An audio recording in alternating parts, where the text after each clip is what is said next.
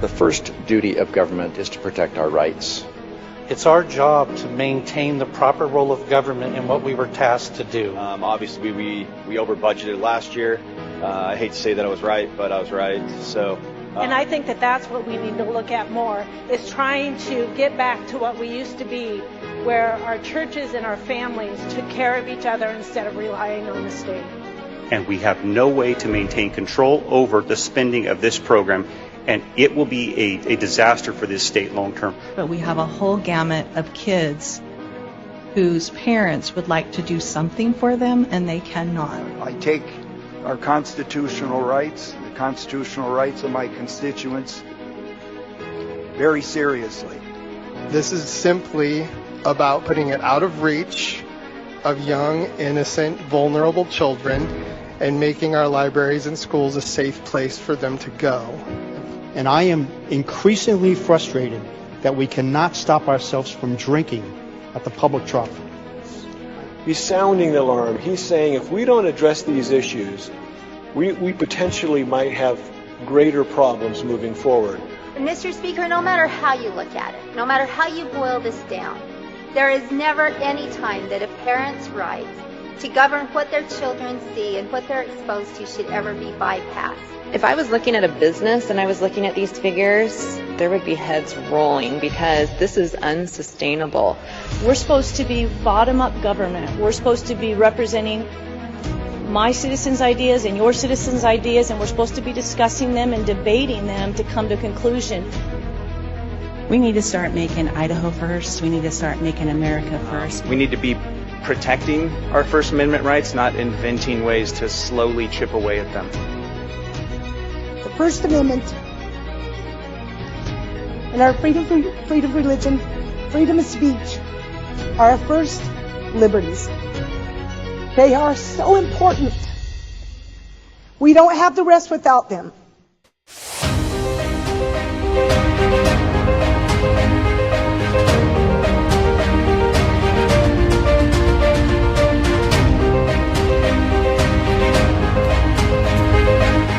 Well, welcome back, everybody. It is Idaho Signal. We are on the air. It is January 6, 2025. January 6, 4 years ago meant something to a lot of different people. But we're here to shake the ground again, figuratively speaking, of course.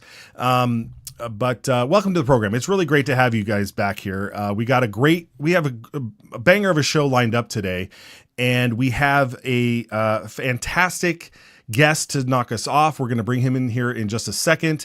But today is also in Idaho the State of the State address. Governor Little will be presenting in the on the House side of the Capitol his vision for the next legislative session, and so we will hopefully be able to cover that. That starts in roughly 90 minutes or an hour or so from now.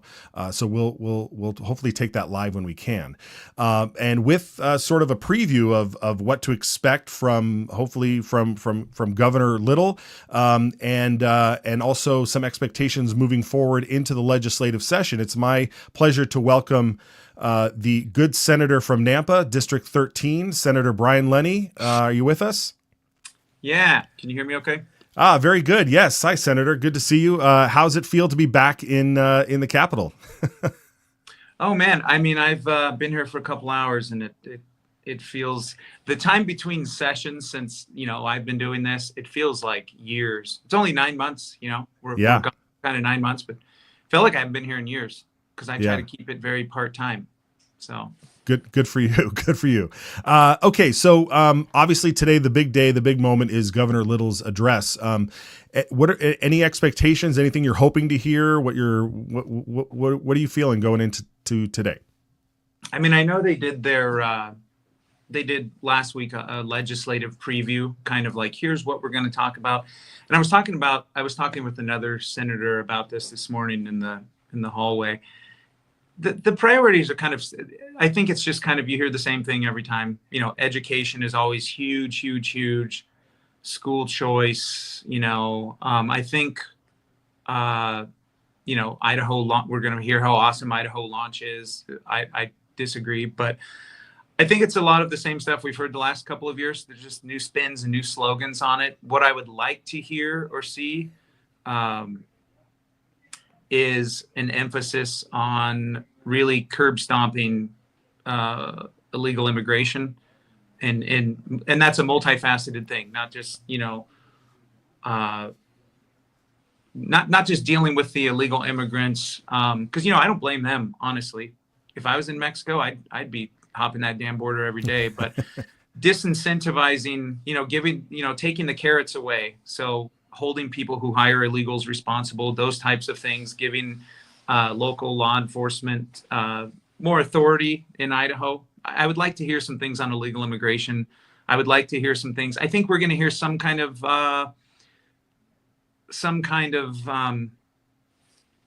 something about DEI. I Sure. don't really think it would be like what you or I would like, but I think they're going to touch on some of these subjects. Like, we want to be here, and I think we're going to hear some of this. But I don't know. We'll see. Now, this will be your first session with a new president in power in Washington, with Donald Trump coming in. Do you suspect, we've kind of already seen a little bit of Governor Little's, trying to, at least publicly feeling like he's cozying up to the MAGA agenda, if you will. I mean, did you expect to come into this to this session with Trump at the helm, with immigration being such a huge topic? I mean, this is the area you just mentioned. You will kind of want to see have some heads roll in the right directions on this. Yeah. I mean, probably come fall, I was hoping Trump would get in, but I mean, earlier in the year, I'm like, well, I got to be careful what I say, right? There was a lot of shenanigans going on in the 2020 election. I'm like, what's to stop them from doing it again? I think we have some election integrity. Well, we do have some election integrity issues that need to be shored up, but being in this role in the state Senate under Trump as the president is kind of delightful, if I could use that word, because a lot of Trump's agenda, or at least what he has said, is what several people in the Capitol, we have the same agenda. So, it'd be great to see the executive branch fall in line with a lot of Trump's agenda, especially on, I think, number one, like top of the list, is illegal immigration. So yeah, it should be kind of fun. I'm looking forward to it. Yeah, I mean, Trump, it's funny to think that Trump may be a unifying force, but at least within the Republican Party, he's that's a big aim for him, to be that unifying force. And since we've got, a supermajority here in Idaho, there's no reason why it can't be moving forward. I want to ask you about a couple of bills that you brought last year that seemed to hit a wall. One, you already mentioned DEI. The other was the anti-SLAPP legislation that you wanted to get through. Are you planning on bringing those things back? Is there any modifications to what you're doing, or are you you're going to hopefully use the big conservative coalition and everything we just spoke about as wind at your back for this? Yeah, I'm bringing both of those back. So I'm working with a few other people. We've worked all summer on a really good bill to just completely eradicate DEI in higher education specifically. Even though I think it's a cancer that needs to be torn out everywhere, but you can't do everything in one bill. So working with, we came up with, I think, a very solid piece of legislation that I think would be this, if it passes, would definitely be probably the strongest bill we've seen in any of the states. So that's one thing, DEI, and why we have to do that. People said, well, Boise State closed their gender studies center, and some of the colleges are closing their DEI, and the State Board of Education passed a resolution saying, they're dealing with the DEI problem. But those are arbitrary actions. They could just come back tomorrow and say, we're not going to follow that resolution. So it needs to be done in statute, which is why we're still pursuing it on the DEI stuff. Anti-SLAPP's coming back. There's not one word changed. That bill should have passed last year, but there was like a political hit job on me from a few people who literally, I've been told by the source, didn't want it to pass because it would give me a win, which is unbelievable, pretty pathetic. But those people are gone. Some of them, most of them. And anti-SLAPP is one of those things that it's one of those rare issues where Democrats and Republicans agree on it nationwide, because it's something that protects free speech for everybody. So I expect that to pass. I expect to get that to Governor Little's desk this session. So we're definitely bringing that back. I think we're in a better position to get it out of the Senate for sure. The House, I don't foresee any problems there, but we'll see. Yeah. One of the things that our organization is doing, Citizens Alliance of Idaho, over the past couple of months is we've been collecting signatures again to back any kind of bill that would prevent local and government agencies across the state from mandating the wearing of masks. For just, a blanket, public wide mandate of wearing masks. And we accumulated over 1,400 signatures again. 2 years ago, we did it. We got 1,800 signatures. And, but these bills, there's been at least 5 bills that have just, died going to your side of the chain. I don't even necessarily need to blame you, but but they pass overwhelmingly in the House, and then when they get to the Senate, they just disappear into the ether. I'm going to deliver those petitions. I'm going to give them to everybody in the Senate. I'll give you a hard copy of the whole file of everybody's names and zip codes on there. You were part of a bill last year. What about that? How's that going? Again, bringing the same bill back. So the problem is not the bill. The problem is it's politics, right? Some people, there's many people in this building who give too much weight to what lobbyists want or what lobbyists think. But I've said many times publicly and privately and personally, I say all the time, we're not here to serve. I'm not here. And a lot of my colleagues are not here to serve lobbyists. We're here to serve the people. So, I had a bill that would prohibit mask mandates in any kind of state institution, including schools, city, state, like any kind of Idaho political subdivision. So that bill passed the House last year. I had to go present it in the committee. We even had a Democrat vote for it last year in 2024. Passed with a veto-proof majority. Got over to the Senate and they wouldn't even let me hear it. So we will see. We've had a change in leadership. We've had some different committees, shift around. So I know it would pass the House because I actually had to have it pass the House twice because we had to do a slight tweak to it. So it passed the House twice. It passed the committees. It passed the floor. It got to the Senate. No hearing. So I'm, those types of issues, those personal kind of health freedom issues are pretty top of the list for me. So I'm definitely, that one's already, on the shelf, ready to introduce again as well. So I'm cautiously optimistic for some of these things because most of these things have been blocked by Republicans in our own caucus. So I'm hoping with some different changes in leadership and things like that, we can get some of these things through. Because like you said, we have a Republican supermajority in this state. We should be able to do whatever we want. Yeah, man.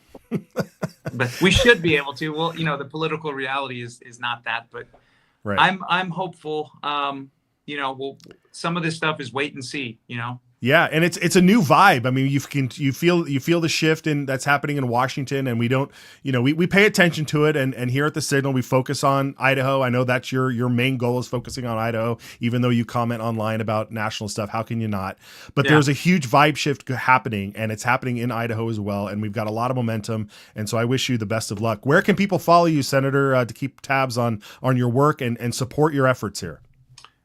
I'm on X, which I have a lot of fun on there, as you know. But if someone goes to votelenny.com, all my stuff is linked up and contact info, et cetera, et cetera. But probably X is the best place to follow me. And then if you go to my website, like votelenny.com, I believe there's a link at the top that says newsletter. If you get on my email newsletter, that's the very best way to keep in touch with what I'm doing. Because all throughout session, I send updates about things I'm working on and bills and who did what and that kind of thing. So my email list is a pretty good place to be, as well as X. Awesome. Great. Yeah, there it is, guys. Votelenny.com. All right, Senator, we'll check in with you again, but good luck to you and God bless. Yes. Thank you, sir. Bye. All right. Take care. All right, fantastic. Good info, good insights from Senator Lenny there. That's really special. And I'm telling you guys, there is a vibe. You guys can feel it. I know you can feel it. So as we let Senator Lenny go into watch the Governor Little's address, like I said, we'll hopefully be able to carry that live for you here. We'll see how the internet connection and all that stuff goes. So keep tabs on here. We've got a great show lined up here. If you've been paying attention on social media, if you follow us on X, if you're watching us on X, what do we got right now? We got some viewers happening on X, right? Is that where we have most of our viewers right now, is on X? So here's the thing. I'm gonna walk you through some good things here. One is that you can comment on X, and we'll show if it's a great comment. It's got to be a great comment. We don't put up like lame comments. It's got to be a great comment. We'll put it up on the screen down below. If you're on YouTube or Facebook and you comment there, you'll also get and it's got to be a great comment. You got to put it up we'll put it up on the screen. We want to get your input this year. Last year we were working out the kinks. We had a lot of things to focus on, but this go around, we want to hear more from you. So we're going to throw up a phone number. The phone number has been scrolling at the bottom. We're going to talk about more of that later, but you can call in and leave a message and we'll play that message on the show. Maybe we'll even do live calls again. We'll see how that goes. But we want to hear from you, because the whole point of the Signal is to amplify the message of the people. And you are the people watching. And I know some of the haters are watching too. And that's great. We want you to watch. But for folks out there who are really motivated into keeping our legislators accountable and to helping them and helping get good legislation passed and to stop bad legislation from happening, and supporting the efforts of folks like Senator Lenny, you have to get involved. You got to get in the game. And a great way to do that is to call into the show, send us an email at signal@citizensallianceidaho.org, and call the number that's scrolling down on the screen. You can find all our social media sites at the link tree as well. So please pay attention to that and get involved. We want to get your comments. If you're watching right now, just say hello. Let's see how it works. Just say hi, and we'll put that up. That'd be a great comment to start it off. Okay. One of the other things that we announced this year is we have 2 fantastic additions to Idaho Signal. Brian Ullman, who, if you're in, here it is. Brian Ullman, he runs the Gem State Chronicle. He has been doing such a phenomenal job the past couple of years of watching Idaho politics specifically, and analysis, history, research, and just really giving he's conservative, but it's a fair conservative perspective on Idaho politics. And so he'll be on in the show in just a little bit. But first, I want to present to you, if you can see, we also have Lily Allman from In the Know Idaho. Lily and her team, In the Know Idaho, produced a video during the Prop 1 fight here in Idaho last November that just tore up X. I mean, it was all over the place. And I know Lily. I've known her for a few years, and she's a fantastic filmmaker and creator and content maker. And she's been running In the Know Idaho. Her and her team have been running In the Know Idaho for a few years now, over on TikTok and Instagram and stuff. And so when they just joined X just a few months ago with that Prop 1 video, it was like, oh yes, this is exactly where you need to be. And so we are thrilled to work with Lily and In the Know Idaho. She's going to be out and about shooting some content that will debut here on the show. And in fact, folks, sit back for the next couple of minutes here, and we're going to debut the first In the Know Idaho video. So let's watch that. Dear legislators, hey, it's me, one of your constituents. I just wanted to check in and make sure that we're on the same page before you go and vote for a bunch of random stuff that we didn't ask you to do. I hope this message finds you happy, healthy, and keenly aware of the fact that we're watching you. Yes, you. Your every move. And we're looking forward to catching up at the end of this session to make sure that you did everything that we wanted. We don't want any funny business. We just want you to keep your promises. If you can get our taxes lower and protect our God-given rights, hey, that would be sweet. It would be a shame if we had to vote you out next election. We know you love your job. It's hard work, but there are some perks. Think of all that coffee you get to drink, and all the light reading you get to do every night. Those bills sure aren't going to read themselves. Isn't it fun to do right by the people who voted you in? To not accept bribes? To not cave in under pressure? That sounds like fun to me. When you're pressured into doing something that feels a little unconstitutional, a little anti-American, maybe read that Declaration of Independence again, or glance at that Bill of Rights one more time. There's probably something there. We hope you agree with these sentiments. And if you don't, like I said, we'll be watching you. We're everywhere, and we have access to a computer and the postal system. And you'll be hearing from us very regularly until we get back on track. Thanks for doing this. And if you love America as much as we do, there's not going to be a problem. Warm regards, your employers. So you know how we're supposed to have 3 branches of government? Yeah. Yeah. So we actually have like 500. This one's the legislative, this one's the judicial, the executive, this one is the FBI. What a beautiful visual. Yeah. Thank you, Tree.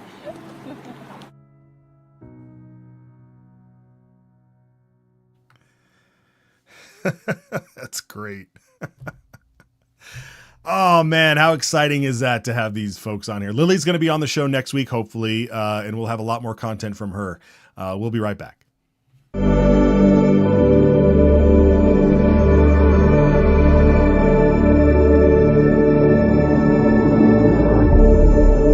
And that's exactly what happened. You want to pull the tape? You can pull the tape because we now got video. Idaho is the dirt under your fingernails after an honest day's work. Idaho is the hug around your neck when your daughter spells her first word. Idaho is the written word of the law, steadfast and impartial, guarding liberty for all. Idaho is the family rifle passed down, a legacy of protection and the right to stand firm. Idaho is the echo of your own voice, unshaken and free, standing tall among the world's silenced. Idaho is the home that's built to weather storms, not empty wallets. Idaho is the quiet trust between a patient and healer, unbroken and sacred. Idaho is the hymn carried by the Spirit, gathering neighbors together in faith and purpose. Idaho is the laughter around a campfire, a family's bond growing stronger with every word. Idaho is the pioneer's will, firm and clear. We govern ourselves, free and unbound. Idaho is what America was. Let's keep it that way. Ask your legislator to sign the Citizens Alliance of Idaho pledge to preserve our shared values. We ride together. Very good. It's great to debut that video. We've been sitting on it for a little while. Got a great team over here making good content. That's what we do here, folks. We're making content so that you can share this stuff out there. Good, positive messages, keep people on track, stay focused on the signal. I mean, that is what we were doing.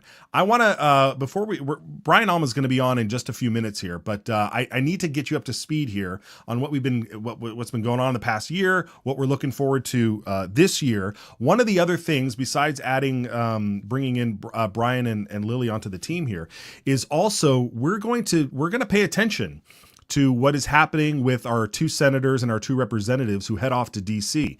So we'll have we may not be focused on it too much, but we will keep tabs on these folks. It's not lost on the team here, especially folks in Idaho who keep tabs on politics, that our Idaho senators and representatives are being closely watched by national media folks. I mean, Charlie Kirk almost seems to call out Idaho almost daily on his program when it comes to supporting President Trump's agenda in Washington, particularly his nominees for many of the cabinet and unique or crucial positions in Washington, D.C. So we're going to do that as well here too. We're going to keep tabs on Senator Jim Risch and Mike Crapo and Representatives Russ Fulcher and Mike Simpson. So please be forewarned that we're as Lily mentioned, we're watching. That's our job here, is to watch this stuff. So we'll do that. The other thing here real quickly is we have a sponsor. Let's throw that up on the screen. This is, or a partner at least, lifecda.com. We broadcasted from there a couple of times. We did our big election show from the Life Public House, but their online store is live. And we've partnered with them. If you use a promo code Signal, you can get 10% off an online order. And an online order consists of their bags of coffee there. I don't know if they have other things they're selling online, but at least right now you can get yourself a bag of coffee. This is great coffee. My favorite one is Mineral Ridge. I think it's in the dark. Is it in the dark bag, or I can't read it. I think it's the middle bag. But that's my favorite flavor. I drink that. We drink that in our house. Mineral Ridge. That's my favorite. But 10% off. So head over to lifecda.com, use the promo code Signal, and get 10% off your online order. And you are supporting a small business. They're based in Coeur d'Alene. And if you're on X and you follow Life CDA on X, you know that they're going through some interesting trials at the moment. But their coffee is awesome. So I got my coffee right here. So we'll do that. So yeah, head over there. Very good. Okay. Let's see. What happened in 2024? I need to tell you what happened in 2024. Because Idaho Signal is a project of Citizens Alliance of Idaho. And if you haven't heard of Citizens Alliance of Idaho, just keep watching, because we're going to keep playing the ads for them. But what was really fascinating over this past year is Citizens Alliance of Idaho, obviously keeping track of the folks who sign our legislator pledge.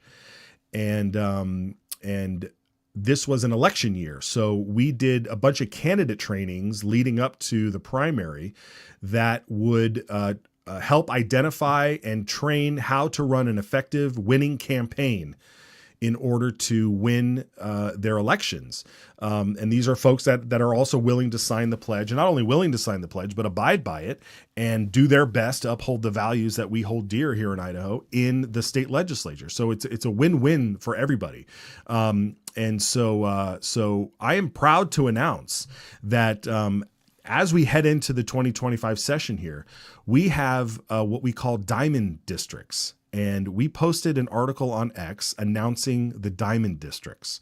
Now, a diamond district is where you have a district, for instance, let's choose District 4. District 4, Coeur d'Alene. The senator and the 2 representatives are all pledge signers, and they're all in good standing.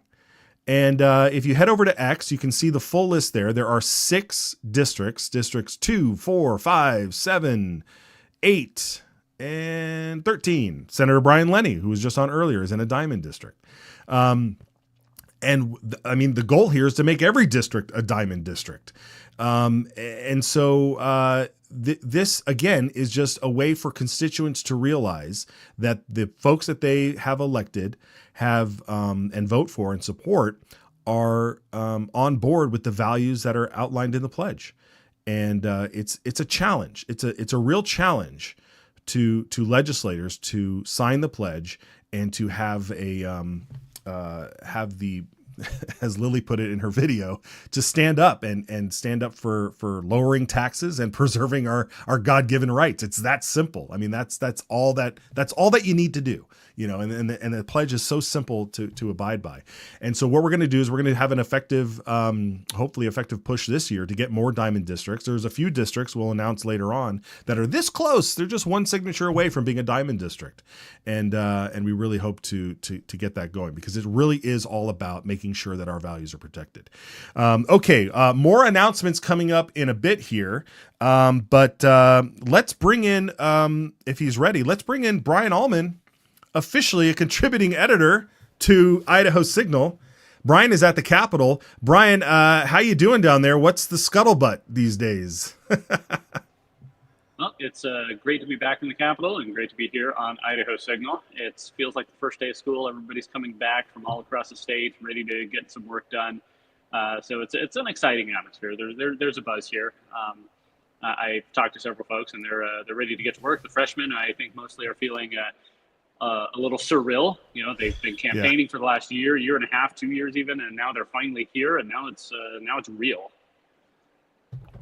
Yeah, that's always a thing for the freshmen, is like once you finally get to that first day, it's like, wow, everything is happening. And you see the lobbyists, you know, bumping around with their little green badges, and, you know, the governor's coming into the house to give their state of address. It's a good thing that things kind of like slowly get going here. But you have been, you have been such a huge asset to folks who follow politics in Idaho, not just to learn information and to gain knowledge from it, but to also kind of steer debate too. I mean, you're really effective at that, and I'm just so thrilled that we've been able to add you to the program and get a lot more insight from you. Can you kind of walk us through a little bit of what you expect to hear from the governor and what you're hearing around the Capitol today? Well, I caught the governor's little press gaggle the other day, where he came in and shared some stuff with members of the mainstream press, I should say. And he was careful not to spoil his own speech, but he did drop hints. He's going to obviously Idaho Launch, the Launch Grant is one of his big signature programs, and he's going to talk about that. He's going to talk about, you know, what he sees as the successes of that program and why it should continue and perhaps even expand. He's going to talk about taxes. I think the governor is, always been willing to cut taxes. I know that's Speaker Moyle's big, big push every year. So there's going to be some of that. He did promise a surprise, which with relation to election integrity. So I have no idea what that is, and I'm looking forward to hearing what it is. Obviously, school choice is on the menu. That's been a big push the last couple of years, especially from the conservative side, but it's really gained a lot of steam. I just came from the Mountain States Policy Center's Education Choice Forum with former Arizona Governor Doug Ducey lauding his state's school choice system, which is ESAs and tax credits and all sorts of things. But Representative Wendy Horman came on afterward and introduced that they're going to be pushing a bill that's going to be a tax credit, $5,000, capped at $50 million. So it's a very small, very modest entry into the school choice system. The governor did mention that he has something on that, but he mentioned sideboards. So we'll see what his plan is and how it compares to the legislature's plan. Yeah, very interesting. I know we had, I believe it was, was last year 1038? That was the year before, I think. That was 2 years ago. Yeah, 2 2 years years ago was the ago. ESA, and then last year was a tax credit, very similar to the one that Representative Horman and Senator Ben Hartog have for this year. But, yeah. The makeup of the legislature has changed enough that it probably will have some solid support. Yeah, and we're gonna dive into that a little bit later. But the bill that Representative Horman and Senator Hartog had last year, it got voted down in committee, in the Rev and Tax Committee in the House. Very narrowly was it not sent forward. I have the I lost my notes. Oh no, here it is. I have the committee breakdown from last year compared to this year, and a couple of people that voted against it are no longer there. They were either voted out or they retired. Not retired, but they were voted out. So hopefully, we'll make. That's what elections have consequences, right? That famous phrase. So hopefully we get to see that this year. I wanted to ask you again, when it comes to the thing that you saw today. We have a clip from Senator from Utah who spoke about their program. Now they have an ESA program. They don't do the tax credit, right? I don't recall off the top of my head what Utah did. I stepped out briefly and came in halfway through the Utah senator's presentation. Okay, yeah. Well, let's play this clip. We have this clip, right, Jeremy? Explain the specifics of the Utah program and what Utah offers, so that legislators who are thinking about different ideas know what our friends down south are doing. Yeah. Thank you. I was worried you were going to ask me to explain the quadratic equation, and I'm not sure I'm interesting enough to do that for them. basically, what we've done is we've appropriated into a separate fund a education savings account that allows students to apply for that program. And in using in that application, they can apply to use that funds to go to a private school that meets their interest and need. And in that private school curricula, the private schools, a lot of negotiation went around what reporting can be demanded from government entities as to how the funds can be used. We opted for giving private schools more freedom in the beginning, and not having an onus reporting requirement at all for the private schools that are receiving money. That being said, we're making sure that I'm trying to think the elements of it that would be super important to you folks and be relevant, but we are making sure that the money is being spent, that the student got enrolled. We have those minimum criteria that have to be reported, that type of deal, but not necessarily attendance. But that's it. I mean, it's a pretty simple program, and I think it's capped at $8,000 a student. At least it was this last year. I think there's a requirement or a look at escalating that amount, based on inflationary measures. Utah's in an interesting position. I'm not sure. Does Idaho have a net positive student growth this year? Does anybody know? You guys do, right? You're still seeing an influx of California refugees. Sorry, we're trying to close the borders. We can't figure out how to do it. Even in Utah, we're struggling with the same issue, right? And so, but what's interesting is, this year, last year was the first year, and this year I think is the same. We actually have a reduction in student population, which is actually really sad to me. That's a whole nother issue. We can talk about demographic collapse that is coming if we don't start encouraging our kids to have more kids, or making it affordable for them to have kids. That's a whole nother issue. Anyway, but that's the basics of the program. I'm happy to get more in depth, but I think that's basics of what it's at. Brian, two things here. One, on a serious note, the ESA version of school choice versus the tax credit, right? And Utah, apparently they went with the ESA version, and that doesn't really seem to fly too much here in Idaho. It seems like the tax credit is the way to go. What's your take on one versus the other? Well, it was interesting. Somebody in the audience asked Representative Foreman, why not just go the full Arizona model, which is full universal school choice, however many people want to do it. And she said, well, we're still, we're new at this. Arizona's been doing it for a long time. So, this is baby steps. This is the first step. You've got various interest groups. You have the Democrats, not many of them, but there's still a few, and they're going to vote against anything school choice. They want public schools or bust. And then you have some people in the Republican Party who, I think feel the same way. They are not adverse to the teachers' unions, I should say, and they are very much supporters of the public system, and don't like the idea of allowing people to get out of that. And then you have on the other side, you have the homeschool community who they're up in arms about anything that even hints at government oversight of what they do with their educational choices. So it's like a minefield that they have to navigate. They tried the ESA bill 2 years ago, and that got to the Senate floor, but did not get much support. They tried the tax credit bill last year, which I think had more broad support, but it didn't get out of committee. The tax credit advantage is that you can choose not to apply for it. If you're already putting down your child on your tax return for the federal child tax credit, then just check another box if you happen to homeschool or use private schools or micro schools or some other non-public system. It's a much easier, and maybe it feels like it's not so much going to the government and asking for permission for things, which is one of the arguments that homeschool families made for the ESA option in 2023.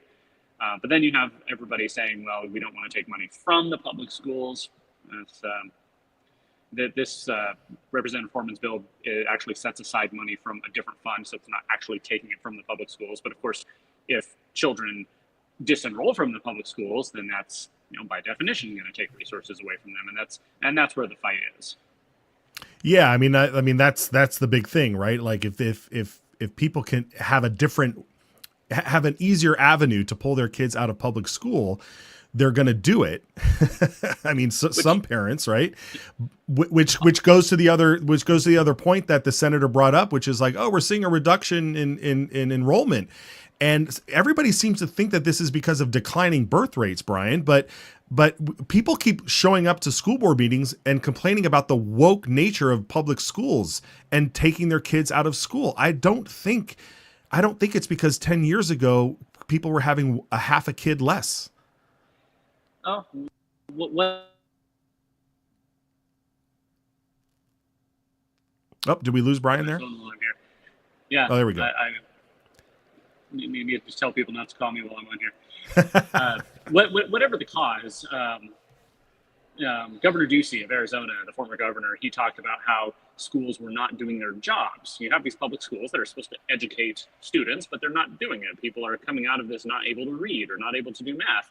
And so, well, obviously what we're doing is not working, and just giving it more money is not going to help. Let's try something different. Let's give parents options. And then, of course, you had the woke stuff, especially during COVID, when they turned on their Zoom calls and suddenly saw exactly what these students were being taught and decided that that's not for them either.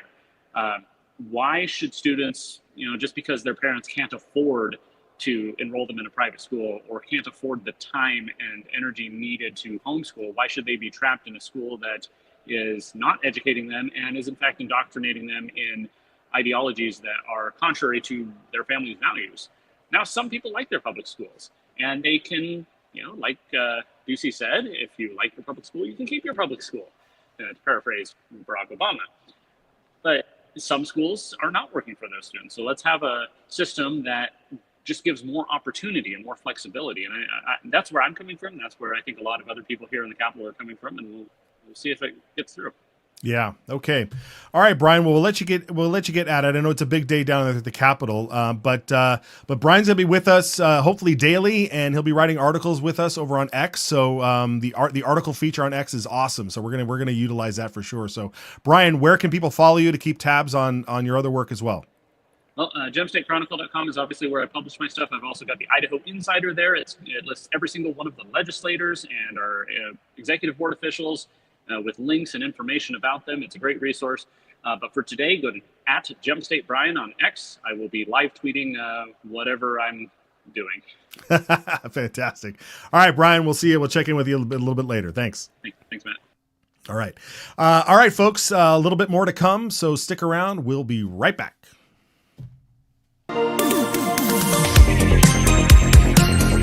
It's our job to maintain the proper role of government and what we were tasked to do.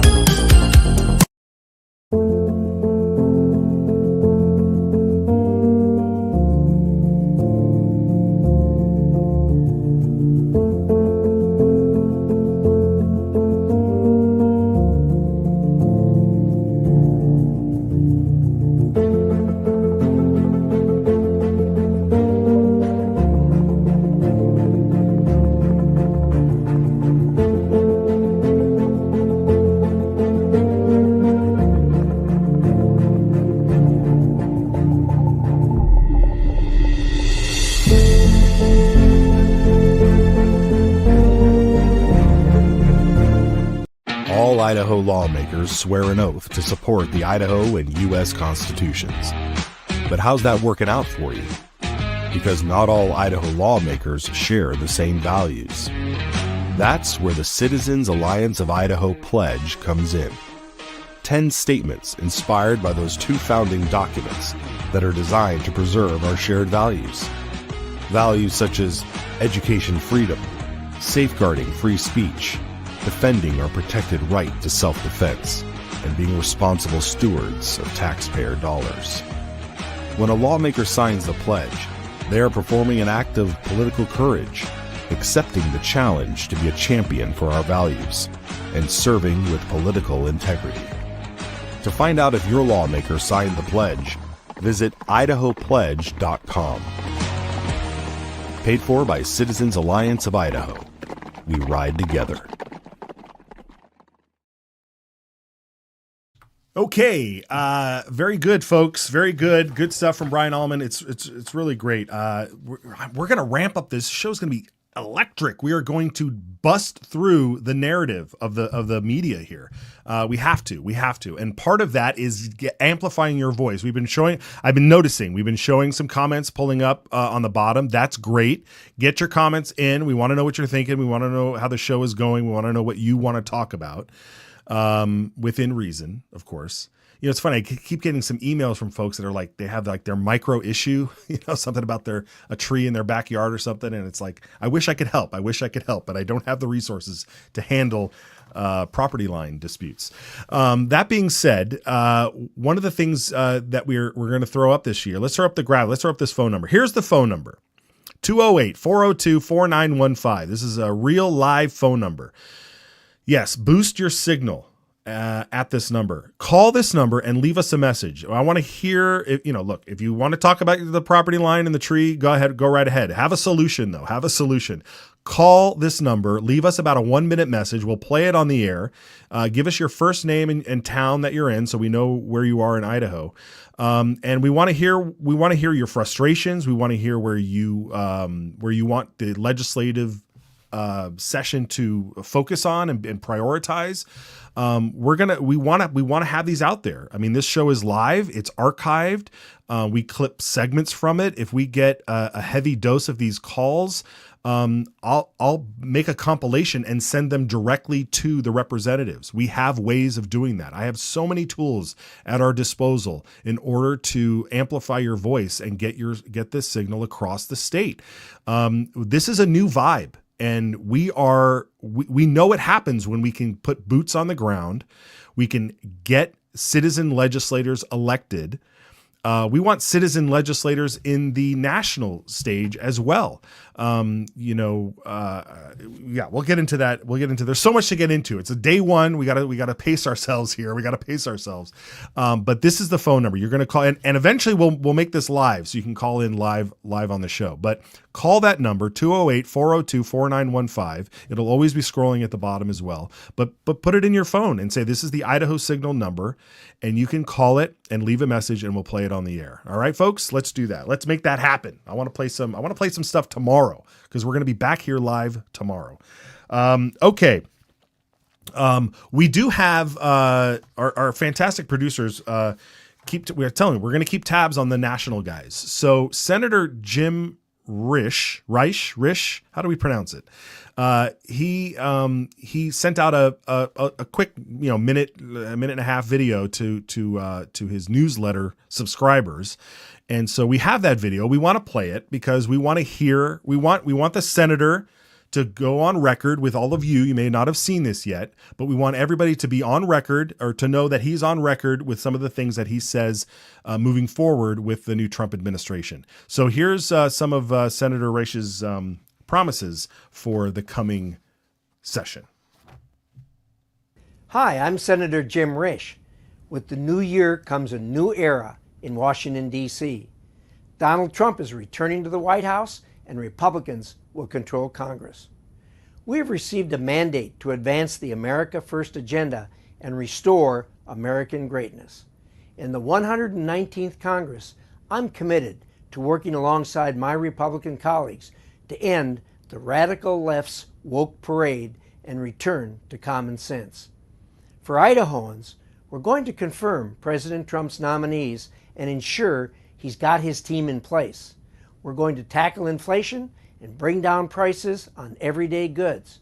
We're going to rein in bloated federal spending. We're going to repeal costly rules and regulations that limit Idaho business and industry. Protect and prioritize American workers, produce manufacturers, and supply chains are at the top of our agenda. We're going to increase U.S. energy production and streamline permitting for critical mineral projects. We're going to reverse the radical left's climate policies. We're going to extend President Trump's 2017 Tax Cuts and Jobs Act. It's a great time to be a Republican, and it's an honor to serve as your senator. All right, so there's the list. We're gonna make a graphic. That's the list. End the woke parade. I actually like that. End the woke parade. Confirm Trump's nominees. cut inflation, feds. I mean, these are all like the hot political topics. This is all like, you have to say this stuff, but he's saying it and he's on record. We played the video. Wait, do I have that? I got a lot of new sound tools here. And that's exactly what happened. You want to pull the tape? You can pull the tape because we now got video. That's right. We now got video. We've got him on video. So we're going to keep tabs on that, folks. We're going to keep tabs on it and have that happen. Okay. What else do we have here? Oh, yes. This is the stuff we're keeping tabs on. We might have to turn this into a segment, a regular segment. But this is the drawer report. The drawer. We need a flashy, like the drawer report. We'll work on that. But the drawer report are notable bills that were stuffed in the drawer in 2024. And specifically speaking, these are bills that were passed in the House. Now, you got to remember, folks, this is how it works, right? The House has 70 members and the Senate has 35. And the House usually will pass a ton of bills, right? They'll pass a lot of important bills. The Senate does too, but these bills then make their way to the Senate where they will get ignored. And we talked about it with Senator Lenny earlier on the mask mandate bill. The 5 times a bill of some sort that banned the government from masking you, me, or our children was passed overwhelmingly in the House, and then it gets ignored in the Senate. So here are some other bills that are there. The bill last year that dealt with mask mandates was House Bill 493, where it passed the House overwhelmingly and then was ignored. Another bill that died in the Senate State Affairs, and if you watched this program last year, we were on top of this a lot, which was the House Bill 415, which was the Second Amendment, the Child Safety Act. This would have allowed folks with an enhanced concealed carry license. If you had an enhanced concealed carry license, which you need to go get training for, you need to go get tested for and everything, that you would be allowed to wear your firearm on a K through 12 school campus in order to be a last resort in case of an attack or some sort of emergency that happens on a school campus. It also would have taken away the gun-free zone signs, those horrible, horrible gun-free zone signs. And that bill passed the House. It made its way to the Senate, where it was sent to the Senate State Affairs Committee. The chairman was Senator Guthrie, and he ignored the bill, tried to rewrite his own version of it, which got completely demolished in his own committee, but then never heard the bill that was. I mean, how disrespectful is that? You've got 50 or so people on the other side of sometimes even more on the other side of the State House who vote for a bill and then send it to you, and you just completely ignore it. It's bizarre. I mean, I don't know the back rooms and all the stuff that goes on there. I mean, that's why we've got some people on the ground in the Capitol to give us those stories. But it's what an icky situation. Anyway, that's one of the other bills. The other one was when I got the list here, this is the cannibalism bill. Heather Scott had a cannibalism bill. This made headlines. It made humorous headlines, but it's a serious issue. That passed the House almost unanimously. I think there were only maybe 5 or 6 votes against it. And then it got ignored in the Senate. Awful. And then what else? Oh, free the medical savings. This is one. This is House Bill 523. It passed the House. This bill would have made if you pay for your health insurance. If you don't have health insurance, but you're part of a healthcare ministry, a health cost sharing ministry, which is very popular, and it became way more popular once Obamacare was enacted. But if you were part of a health share ministry, you can't write off those expenses on your taxes like you can for a health savings account. And this bill would have allowed folks to do that who've elected to do that. And that passed in the House and then died in the Senate. It got stuffed in the drawer. So we're going to highlight a bunch of these throughout. There's some Medicaid ones. Here's another one. This actually just died in the Senate. I think this was Senator Tammy Nichols' bill, Senate Bill 1241, which would have protected kids doing lemonade stands. The whole lemonade stand issue is a thing here in Idaho, and this would have exempted children from having to pay taxes on their lemonade stands, and nobody wanted to hear it in the Senate. Come on. This is the stuff we're dealing with. So everything from the real serious stuff to kind of the stuff that just doesn't make sense that we need to take care of, we will. So that is a lot. There's a lot going on. This is just day one. We are just getting started, folks. We are just getting started, and I'm so thrilled that you're here. One of the things that you can do is if you're watching on X, fantastic. You're watching on X, but also go to our Rumble channel and sign up for an account. It's free. Hit follow on the Idaho Signal channel. We want to get those numbers up, and we want to get those views up, and we need you over there as well. So, Rumble is a great place for free speech, is same as X. So I'm glad you're there. And if you're over on YouTube and Facebook, great. I'm glad you're there. I mean, that's your system. You love it. That's good. But also sign up and have an account over on X and Rumble as well. We just need to have you there as well. Okay. We have, so the state of the state, where are we, guys? I got my guys speaking to me. The governor of Idaho, Brad Little, will be giving his state of a state address in what's scheduled to be at the top of the hour. That's 12 up north and 1 p.m. in the south. He will be in the House of Representatives side, because that has the most seats. And so you'll see the judiciary wing come in as well. The senators will come in, and everybody will be in there. So what we plan to do is carry that feed live. So we won't, oh, here it is. Yeah, let's pull it up there. Is that live? Yeah. Okay. So everybody's shuffling about. We'll try and get the, it's day one. We're trying to remember all of the settings on our program here. But that looks pretty. You can go to the full shot. I like where I'm little and you got that big. Yeah. And then you can put me on the side. Can we do that? There we go. Look at that. All right. So right now they're just getting stuff sorted out. Representative and Speaker of the House Mike Moyle is behind the big desk up there. They're bringing in chairs, so they're getting ready. So what we hope to do is I'm going to go off the air myself here in a few minutes, but we'll keep the feed up here. If you also want to watch it elsewhere, I mean, Idaho Public Television has their feed. You can go to Citizens Alliance Idaho .org and go. We have the same feeds embedded there. If it happens to go down here on Idaho Signal, but we'll keep this up. We'll keep it going and see how it goes. I don't know the limitations of the stream and the internet that we have here, but we'll give it a shot. We've done long broadcasts before. So we'll do that. So they'll be doing that in the House. One of the things, I don't know if we should go back to this, but any other cool comments? I'm trying to read some comments. Even if you showed them before, I don't know. Let's see who's commenting. See if there's any familiar faces that are commenting. Hey, In the Know Idaho. There we go.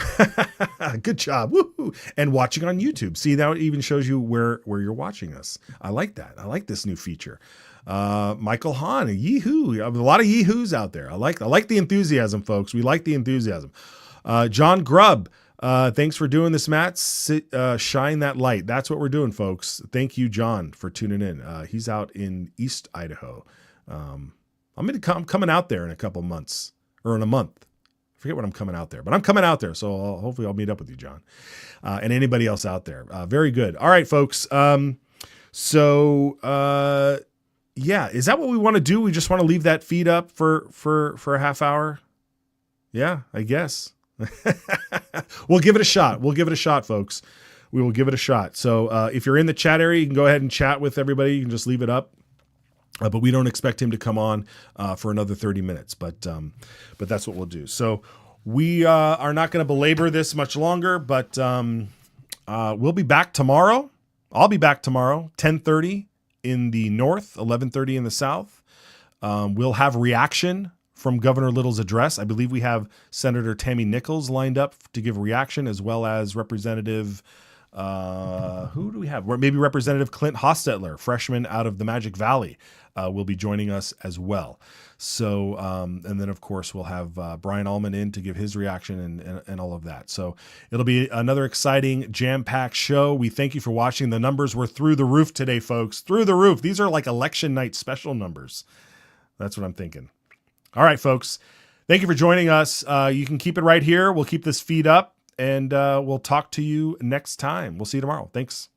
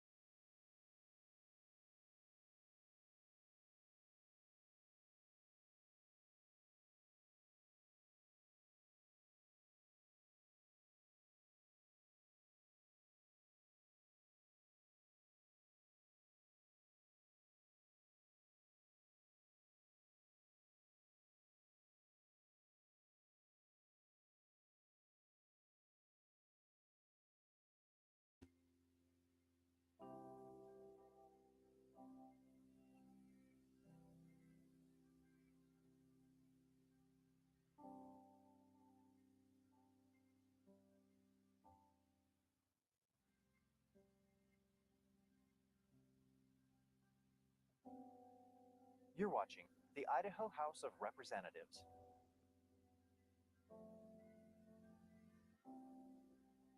Hardware and closed captioning for Idaho in session is provided by the Idaho Legislature and Idaho Legislative Services Office. Additional funding is provided by the Idaho Public Television Endowment.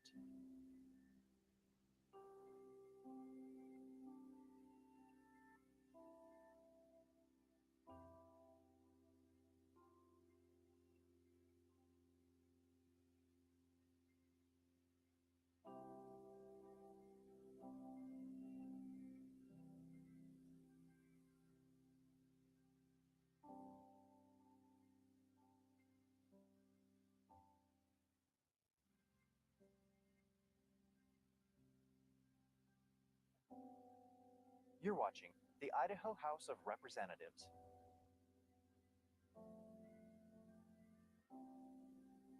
Hardware and closed captioning for Idaho in session is provided by the Idaho Legislature and Idaho Legislative Services Office. Additional funding is provided by the Idaho Public Television Endowment.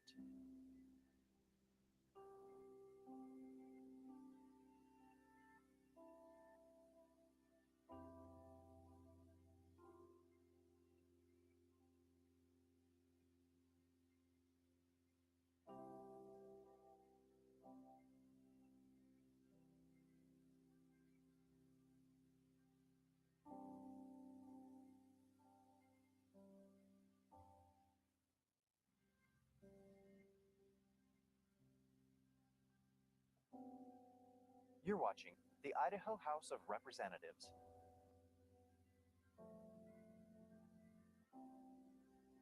Hardware and closed captioning for Idaho in session is provided by the Idaho Legislature and Idaho Legislative Services Office.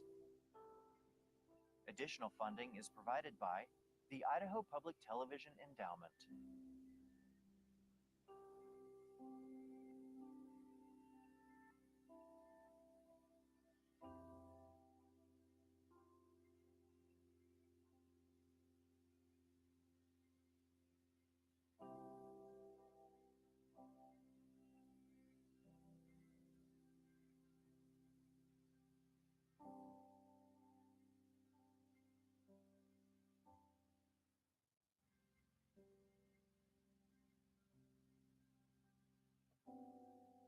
You're watching the Idaho House of Representatives.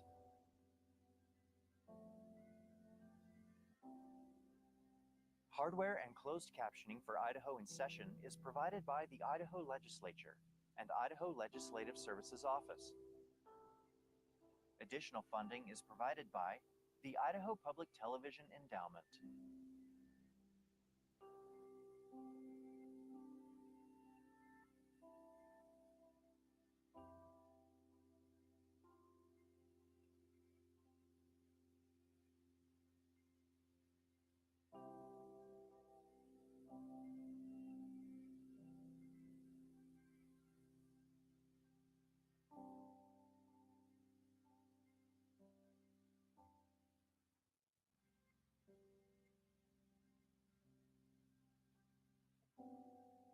You're watching the Idaho House of Representatives.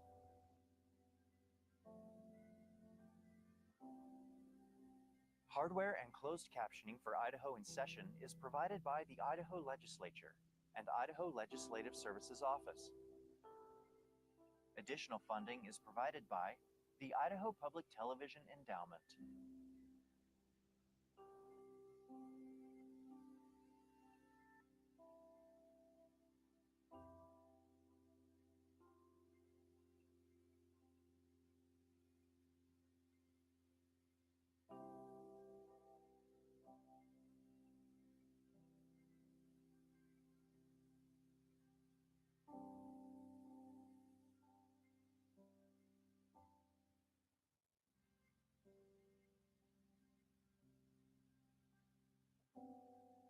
You're watching the Idaho House of Representatives.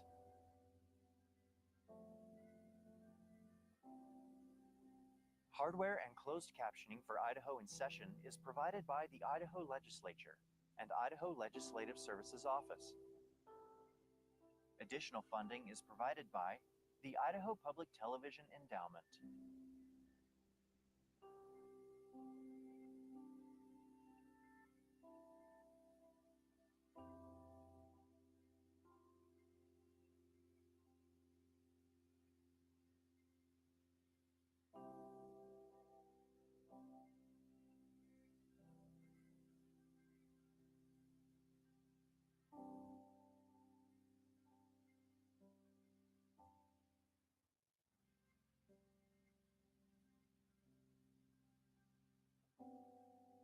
You're watching the Idaho House of Representatives.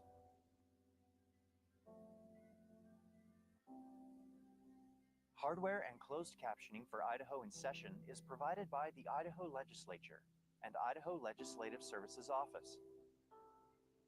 Additional funding is provided by the Idaho Public Television Endowment.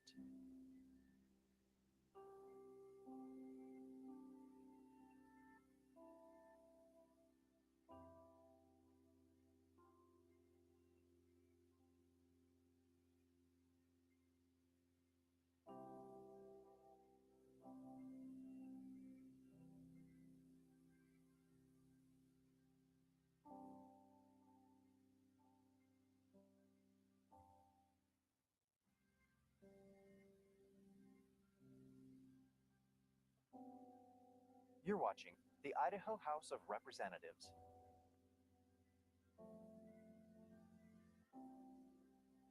Hardware and closed captioning for Idaho in Session is provided by the Idaho Legislature and Idaho Legislative Services Office. Additional funding is provided by the Idaho Public Television Endowment.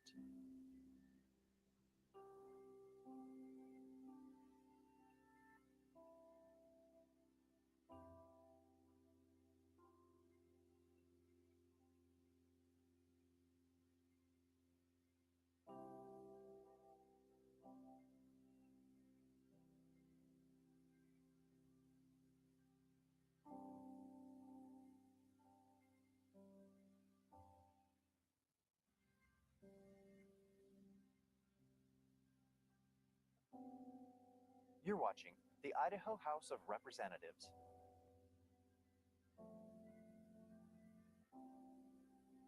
Hardware and closed captioning for Idaho in Session is provided by the Idaho Legislature and Idaho Legislative Services Office. Additional funding is provided by the Idaho Public Television Endowment.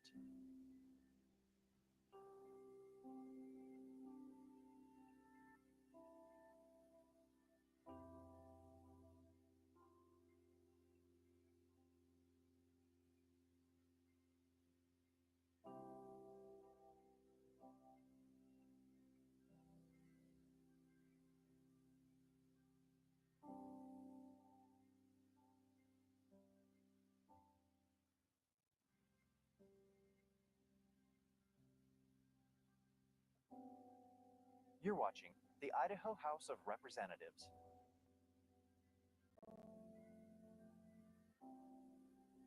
Hardware and closed captioning for Idaho in Session is provided by the Idaho Legislature and Idaho Legislative Services Office.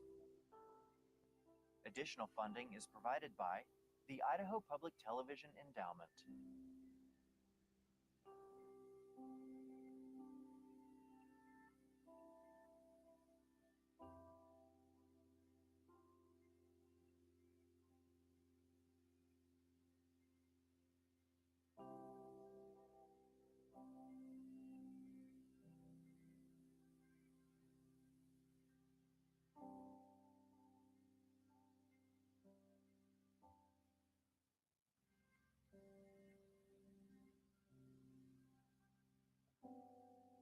You're watching the Idaho House of Representatives.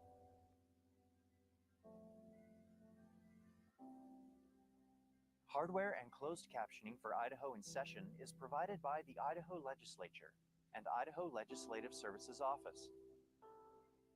Additional funding is provided by the Idaho Public Television Endowment.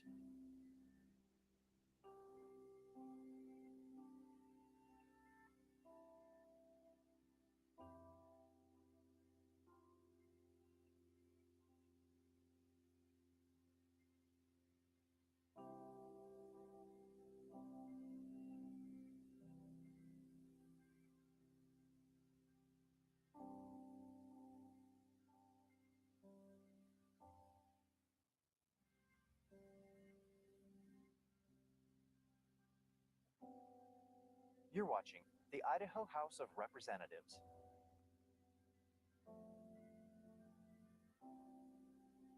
Hardware and closed captioning for Idaho in Session is provided by the Idaho Legislature and Idaho Legislative Services Office. Additional funding is provided by the Idaho Public Television Endowment.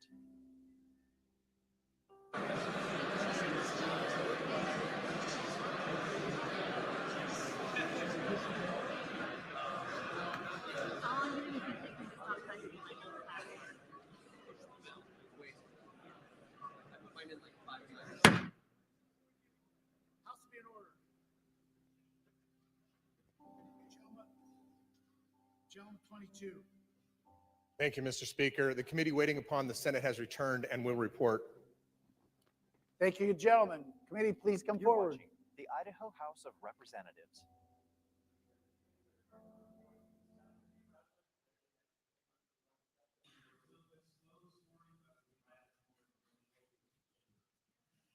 Thank you, good gentlemen. That's a typical every other year kind of deal. With that, will our good friends from the Senate please come in? House be at ease. Is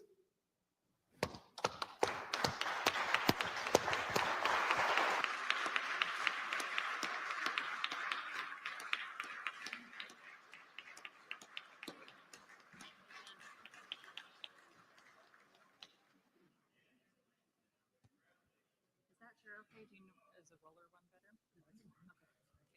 Thank you. You guys are on your own. Okay.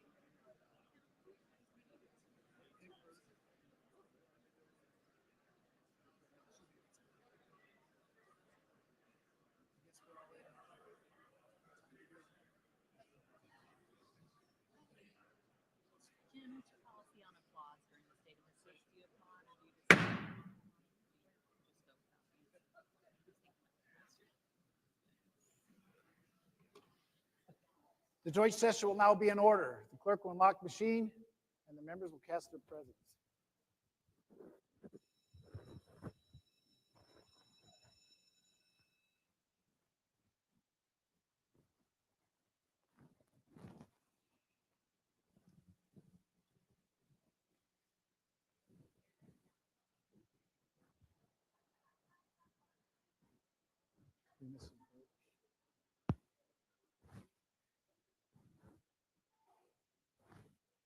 Representative Green.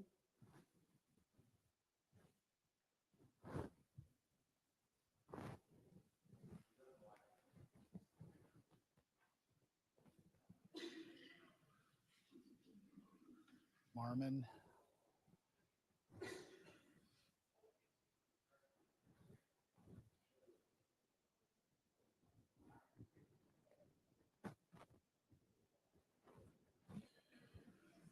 Has every member cast their presence? 68 ayes, 2 absent and excused, majority being present. The House of Representatives now ready to do business. The Secretary of the Senate will call the roll for the Senate. Adams. Anthon. Berndt. Bjerke. Blaylock. Burtonshaw. Carlson. Cook. Den Hartog. Foreman. Galloway. Grow. Guthrie. Harris. Hart. Kaiser. Cole. Blakey. Lenny. Lent. Nichols. Okonowitz. Robbie. Ricks. Ruckty. Semmelroth. Shippey. Taylor. Taves. Van Orden. Ward Engelking. Wintro. Woodward. Cito. Seiderfeld. Kaiser.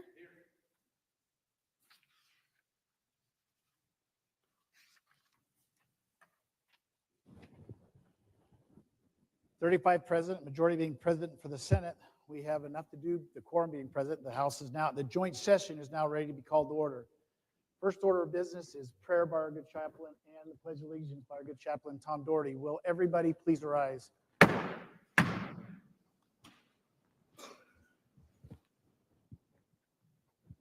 Pray. Our Heavenly Father, I thank you for another year. Lord, another great year. This is going to be a great year because, Lord, you're going to be here with us. I thank you for the Senate. I thank you for the House. I thank you for all the state representatives and the leaders and the officers and our speaker and our pro tem, our governor, our lieutenant governor. I thank you for all of them. And God, I pray you give them wisdom and direction in all they do. Lead them in every way. Lord, we thank you for our institutions, college institutions here and all the presidents. Lord, bless them. Lead them. Give them wisdom. And Lord, I just pray that we would honor you in every way. And Lord, we'd be sensitive to the things we say and the things we do. And the Lord, we'd leave this place knowing that it's been a great day and a great year. And I pray you be at the governor as he shares today. Lord, we're thankful for him. Protect him, watch over him, and give him words of wisdom. We give you thanks and praise for all you do in our lives. In Jesus' name I pray, amen. I pledge allegiance to the flag of the United States of America and to the republic for which it stands, one nation under God, indivisible, with liberty and justice for all.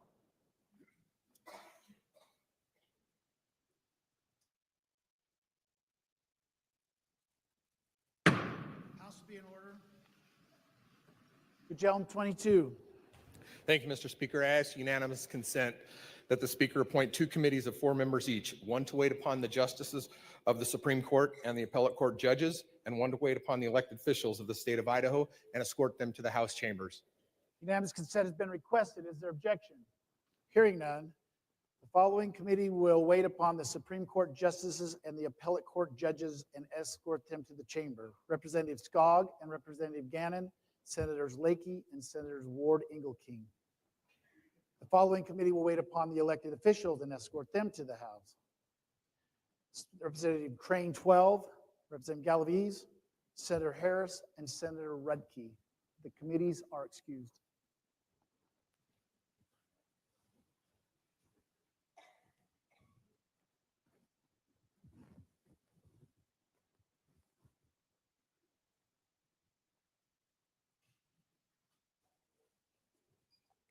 The gentleman 22.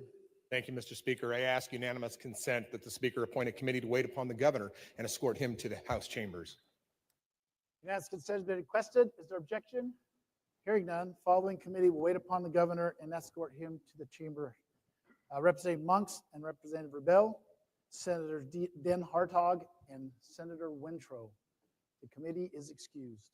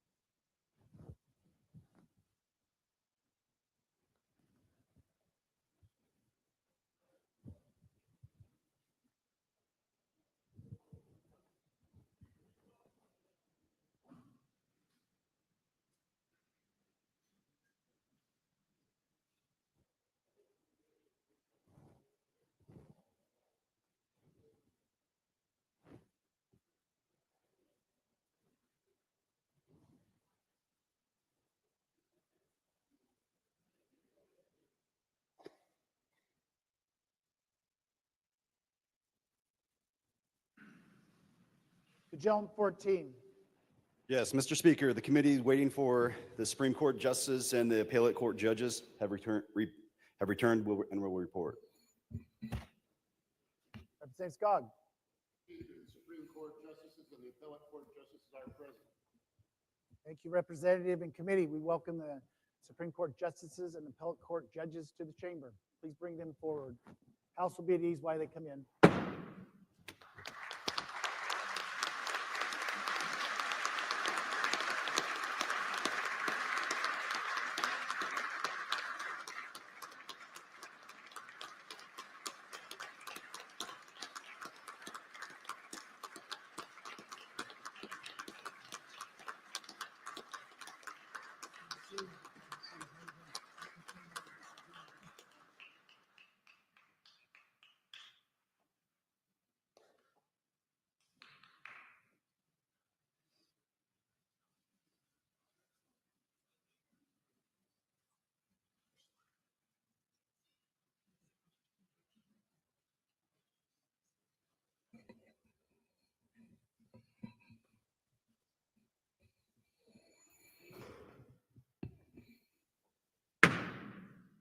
House will be back in order. Gentleman from 14. Mr. Speaker, the committee waiting upon officials has returned and will report. Committee, come forward, please. Good gentleman.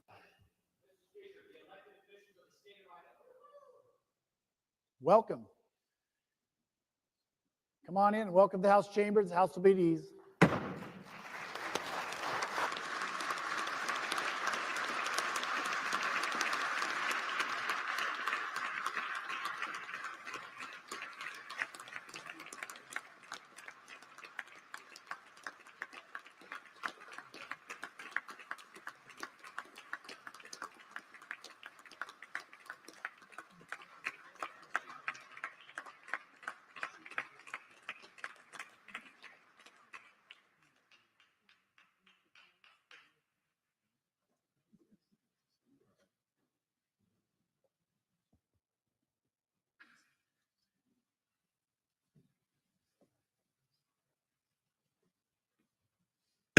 House will be back in order. Now comes that awkward time where we sit around and wait for a few minutes here. So we'll put the House at ease while we wait for the governor to come to the House chambers. With that, just be ready when he gets here. House will be at ease.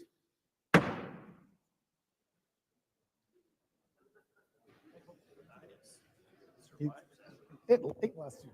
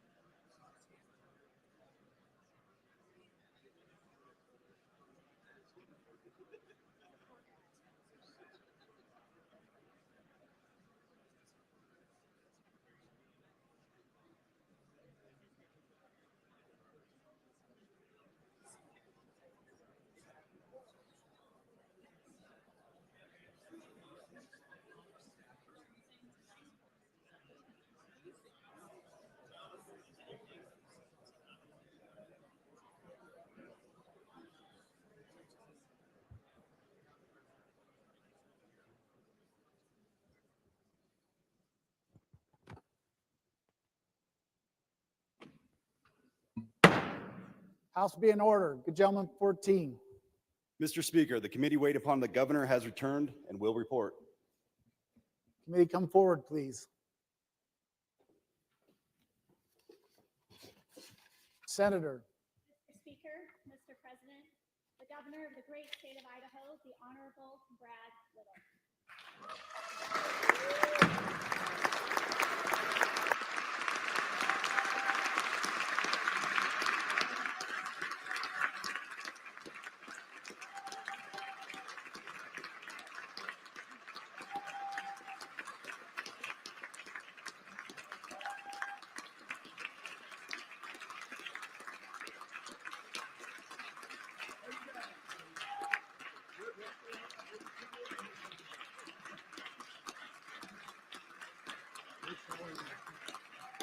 How you guys?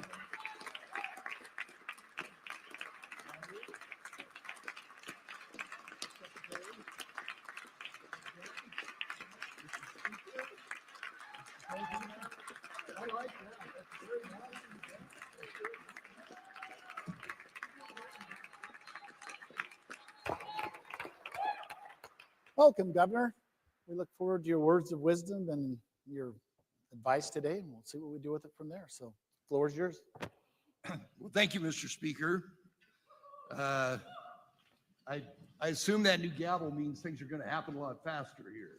Absolutely. Good, good. Well, I appreciate that. Mr. Speaker, Mr. Pro Tem, Mr. President, honored legislators, my fellow constitutional officers, Mr. Chief Justice, members of the judiciary, my wife Teresa and our family, wave you guys, my friends and my fellow Idahoans. Just 2 months ago, on the eve of a historic presidential election, America teetered between two very different futures for the next 4 years and beyond.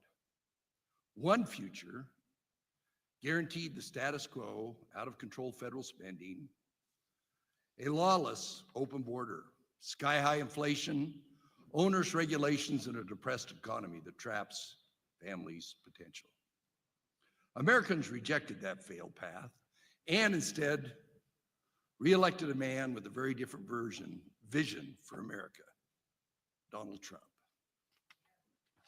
President Trump's vision for America actually looks a lot like Idaho. With their votes, Americans affirmed what we want for our country and what Idaho has. Safe communities, bustling economic activity, increased incomes, tax relief, fewer regulations, fiscal responsibility, and common sense values. I'm excited about President Trump's return to the White House. We have a renewed opportunity to help him deliver results and show the rest of the country how to do things right. And that starts with keeping promises. Idaho's elected leaders have promised and delivered real results over and over and over for the people we serve. I want to congratulate all our legislators on their elections and recognize the new members of leadership of both parties.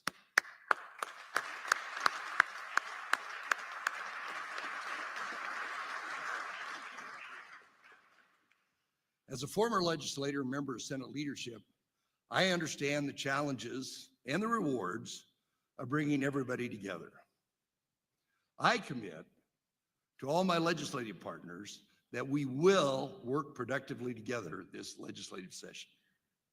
Together, we promised Idahoans historic tax relief and delivered back-to-back-to-back tax cuts for Idaho families and businesses.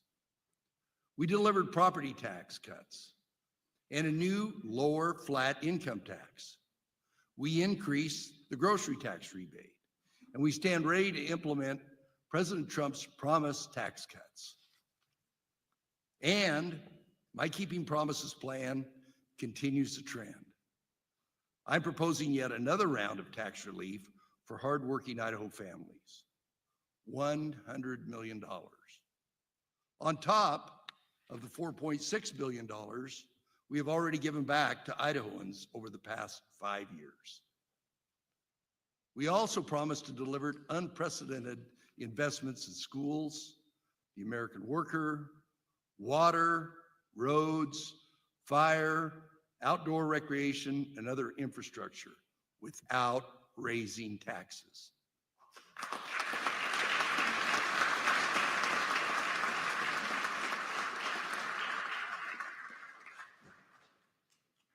My Keeping Promises plan builds on those investments by more support for schools. On top of the 80% increase in state funding we championed for education since I took office. Idaho offers an abundance of schooling options for each student's unique needs. We lead the nation in expanding and supporting public charter schools. I was proud to receive the National Charter School Champion Award on behalf of our state after we cut red tape and added more support and flexibility just last year. Public charter schools are unquestionably popular in our state, serving about 30,000 students, up 30% from just 5 years ago. I support charter schools because they offer families more options for their children's education while providing taxpayers the accountability and transparency they deserve. We are also one of the few states that enable parents to choose the best school for their children, regardless of where they live. And our popular Empowering Parents program offers grants to support students' education outside of the classroom. We are a leader in education freedom. I recognize the growing desire to expand school choice, especially for students with unique physical or developmental conditions. I am recommending $50 million to further expand education options for Idaho families.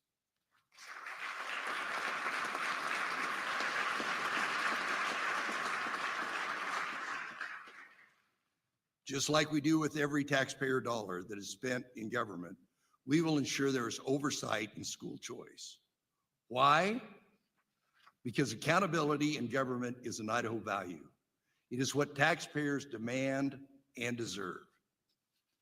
As we expect the following from our public schools, any school choice measure I would consider must be done the Idaho way.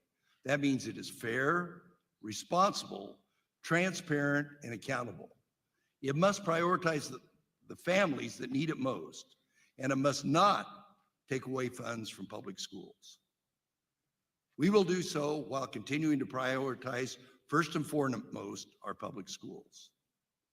Adequately funding public schools is both our constitutional and our moral obligation, and we will not abandon that obligation. We have significantly increased teacher pay, health benefits, increased funding for literacy, and began to address the long-standing facilities needs in schools all across Idaho.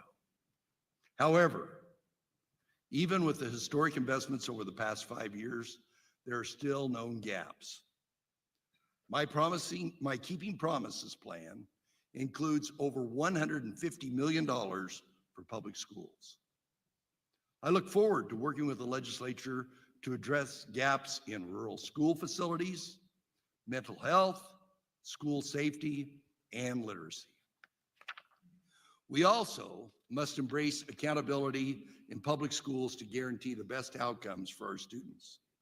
Together, we will ensure the best education in Idaho is in a public school.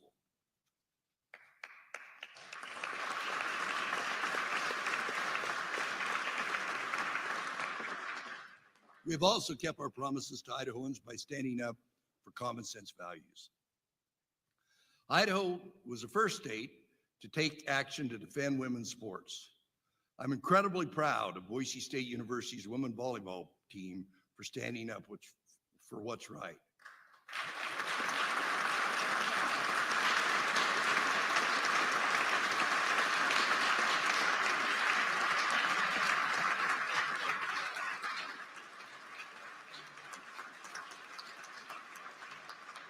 Thank you.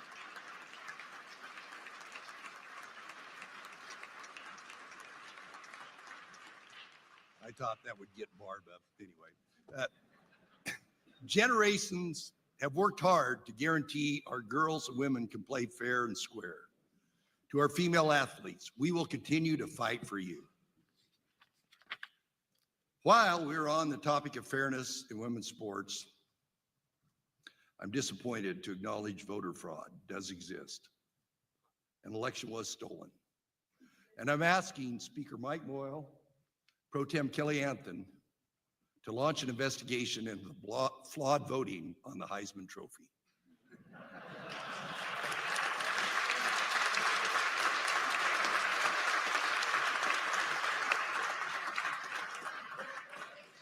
McGrain was really nervous about that Reflecting on the past year, two natural elements consumed Idaho's attention: water and fire. Our farmers confronted a real problem head-on: long-term decline in water in the aquifer that sustains Idaho agriculture.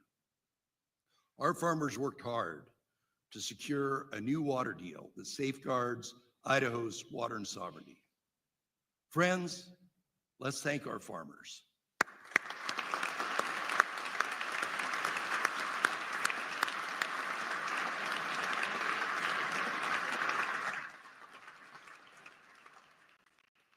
Along with our citizen legislators and Lieutenant Governor Scott Bedke, they crafted a new plan that maintains control of our water destiny. Not other states, not the feds, not men and women in robes, no offense to my esteemed judges.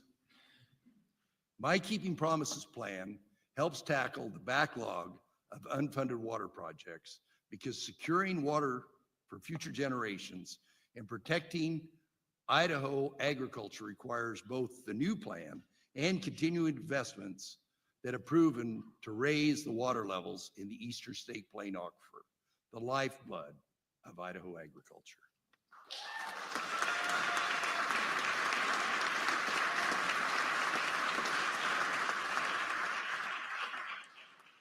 On the heels of a destructive fire season, our Keeping Promises plan also deploys additional bonuses to hire and retain wildland firefighters. Our firefighters battle dangerous conditions to protect lives, property, and our natural resources. Please recognize a few of these tough Idahoans we have with us today. Right up there. Stand up.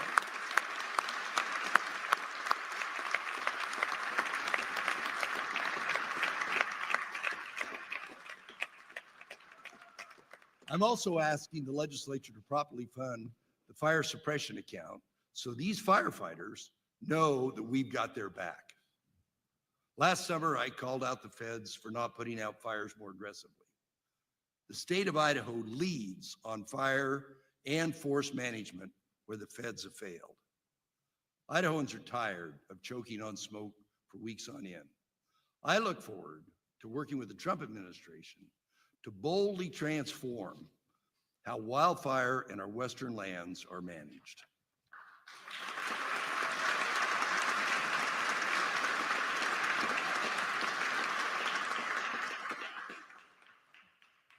How else are we keeping our promises to Idahoans? With more people traveling Idaho's highways than ever before, we have responsibly championed historic transportation investments to keep up with record growth without raising taxes.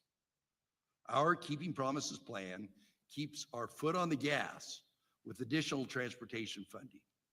We will continue to improve our existing roads and bridges and get people and products across our state safely and efficiently.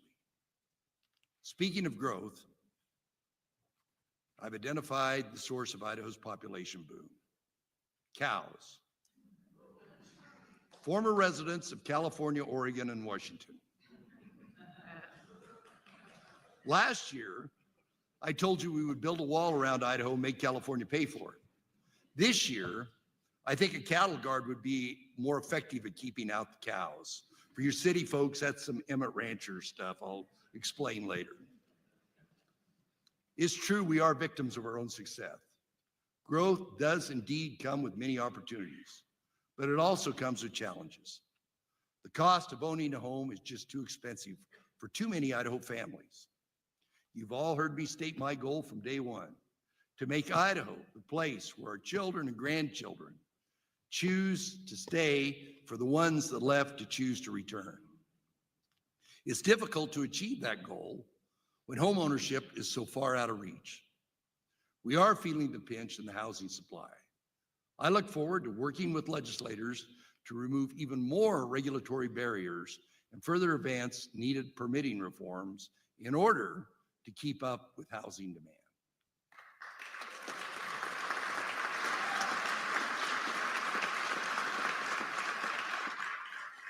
In 2022, this body put a record amount into workforce housing, creating thousands of homes for Idaho families.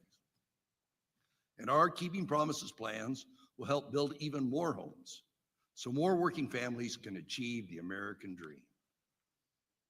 We also need skilled labor to keep up with the pace of development.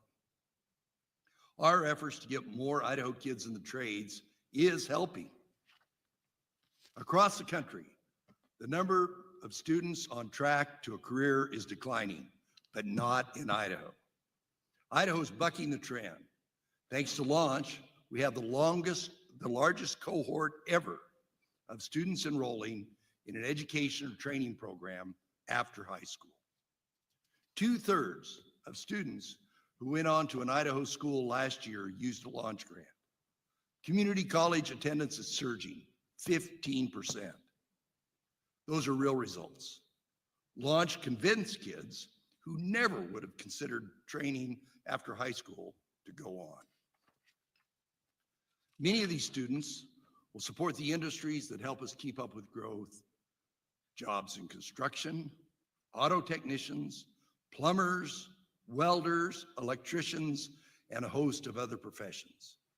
My Keeping Promises plan increases capacity for working class Idahoans to get a fast track to a career.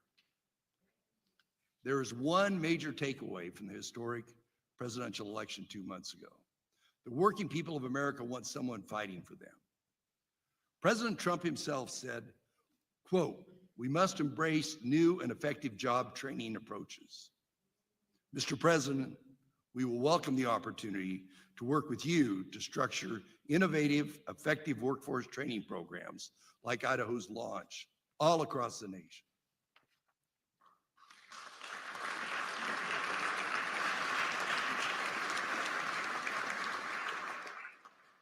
There is no doubt Idaho's on a roll. Even Elon Musk posted on social media 3 times in one day about Idaho's red tape reduction successes. We know we have caught the attention of the rest of the country. President Trump's new Department of Government Efficiency is already looking to Idaho for the blueprint on how to cut red tape, stimulate economic growth, and streamline government. Idaho stands ready to partner with the Trump administration because, let's face it, Idaho was Doge before Doge was cool. As the least regulated state in the country, Idaho has an incredible story to share, one worth replicating elsewhere, including Washington, D.C. In the coming weeks, I will highlight all the ways Idaho is conquering waste in government and some brand new ideas on reducing government's footprints in people's lives. In the spirit of efficiency, I assure you this speech will be one of the shortest State of the State addresses in a long time. You're welcome.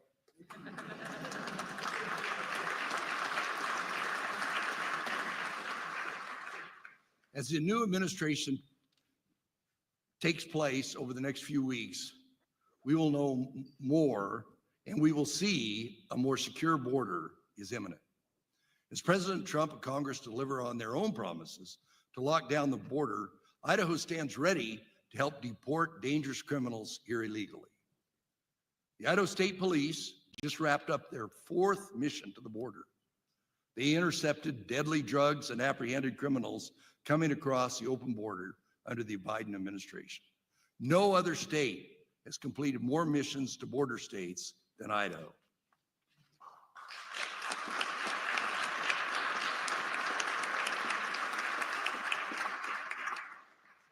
As we have done before, our troopers return with new knowledge and will train other law enforcement agencies on the drug cartel's latest tactics. We have some of those troopers here with us today. Thank you for your dedicated service. Please stand.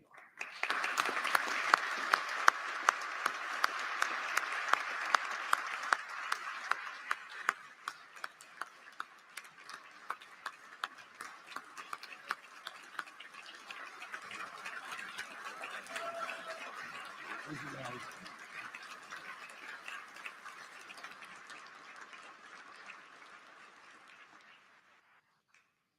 Meanwhile, Idaho is taking even more steps to keep our communities safe.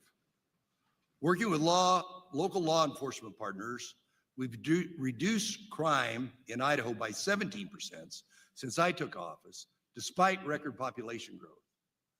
Violent crime is at a 5-year low, and we're among the top 10 safest states, but there's more we can do. My Keeping Promises plan includes the addition of a new prosecutor in North Idaho who will solely focus on putting away drug traffickers.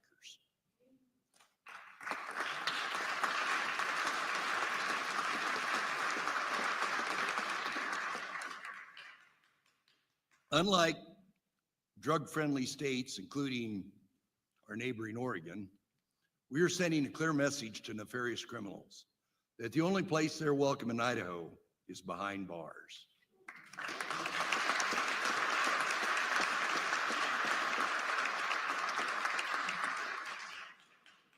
We will also see the benefits of our meaningful investments in corrections. We're demonstrating we can be tough on crime while ensuring those who want to be productive members of society, they have an off-ramp to a better life.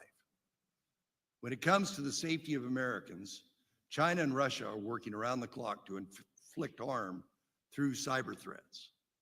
We routinely beat back foreign hackers to protect Idahoans' data, and the leading experts at the Idaho National Lab continue to fight against such bad actors. But we will do even more to protect citizens online.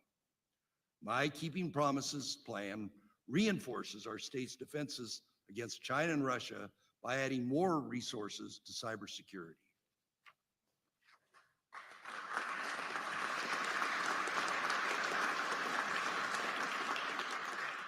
My friends, I am excited to hit the ground running and pick up where we left off with President Trump.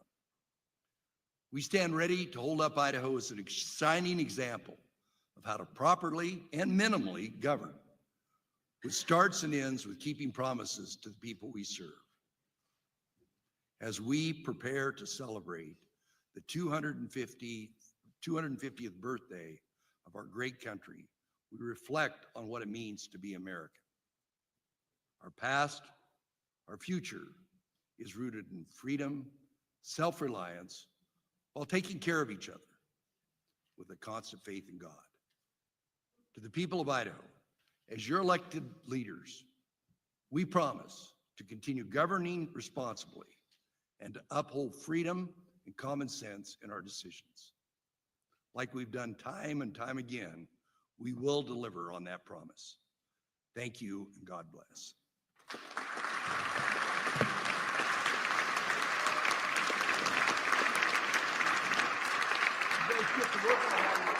Well, you can't go very far. We're going to talk about that.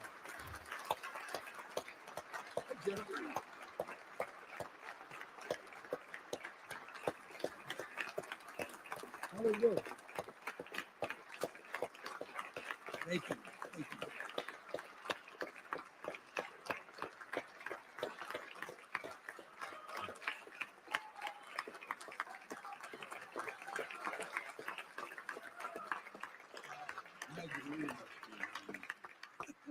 Governor, you did an amazing job of keeping the state of the state speech short this year. I appreciate that. And Pro Tem Anthony and I look forward to going after the Heisman Committee and figure out what happened there.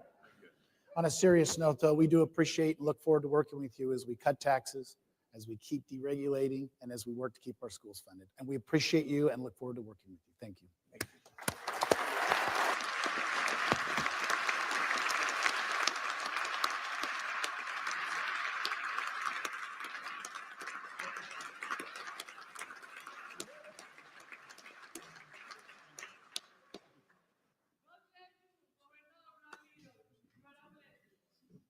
Will the committee please come forward to escort the governor back to the office?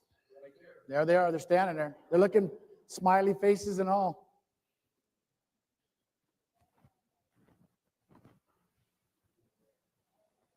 Thank you again, Governor.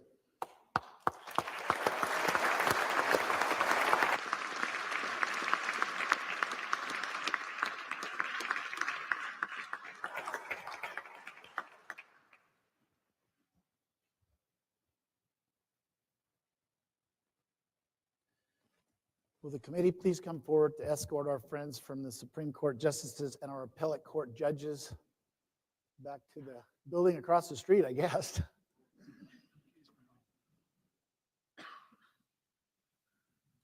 Thank you for joining us today.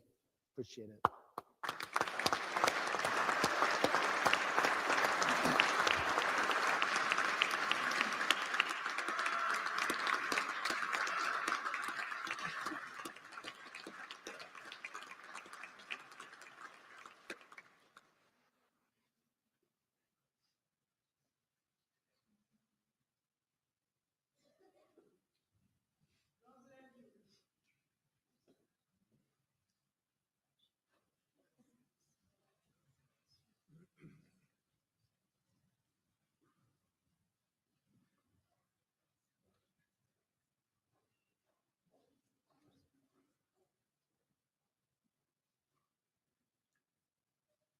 Will the committee please come forward to escort our elected officials from the chamber?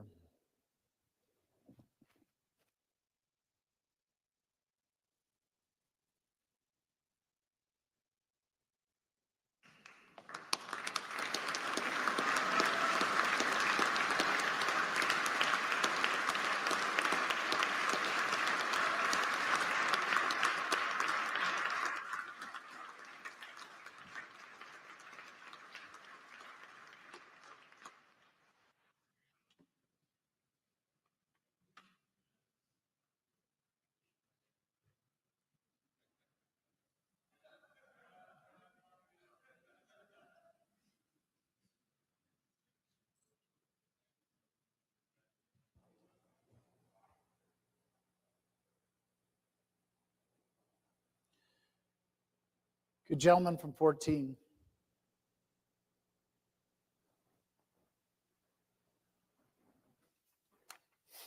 Mr. Speaker, the committee assigned to wait upon the elected officials has returned and will wait report. Welcome, committee.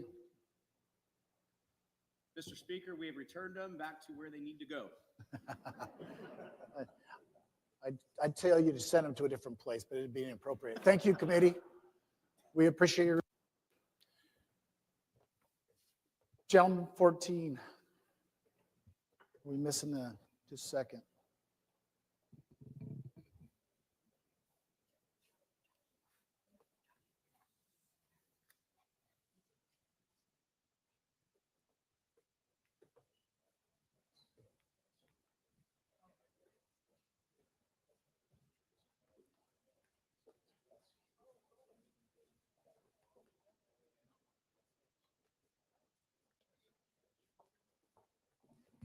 Gentleman 14. Mr. Speaker, the committee is waiting upon the Supreme Court justice, and the court justice has returned and will report. Welcome, committee. Representative Skog. Mr. Speaker, the Supreme Court justices and appellate justices have been returned to across the street on their own. I hope they don't jaywalk. Thank you, good gentlemen. You may be seated.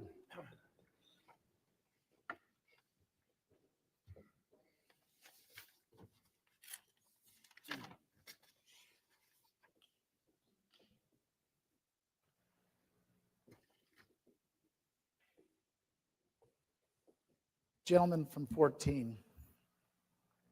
Mr. Speaker, I move that the governor's state of the state message and budget address be printed in both houses and the Senate Journal. Good gentlemen, I need a second. Mr. Speaker, second the motion. Thank you. We've heard the motion. There's a second that the governor's state of the state be placed in the House and the Senate Journal. Is there debate on that motion? Hearing none, all those in favor say aye. Aye. Those opposed say nay. The motion passes, and the journal will be spread, the state of the state will be spread across the journal of the House and the Senate. Good gentlemen from 14, I think we got some of them. Mr. Speaker, the committee assigned to wait upon the governor has returned, or a portion of them, and will report. Mr. Speaker, Mr. President, we're happy to report that we safely delivered the governor back to his office. Thank you, good lady. I hope you told him thanks for such a short speech, or you all had to sit here longer. You're excused. Thank you, good lady.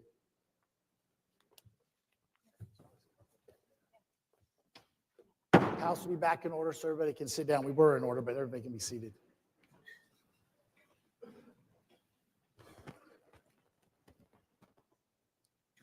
Gentleman 22. Thank you, Mr. Speaker. I move that the joint session of the Idaho Legislature be dissolved.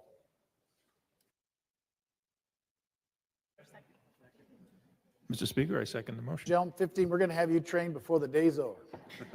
We have a motion, a first and a second. Is there debate on the motion? Hearing that, I guess it's a non-debatable motion. The motion is that the joint session be dissolved. All those in favor say aye. Those opposed say nay. Motion passes and the committee is dissolved and the joint session is dissolved, and we'll take a few minutes while our good friends from the Senate leave the chambers.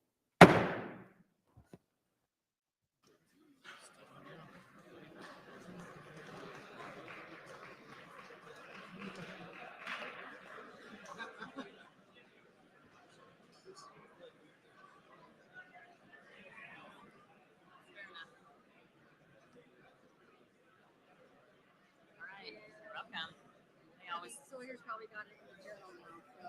Okay. Bring the bill back over. Okay. Always these nasty stuff.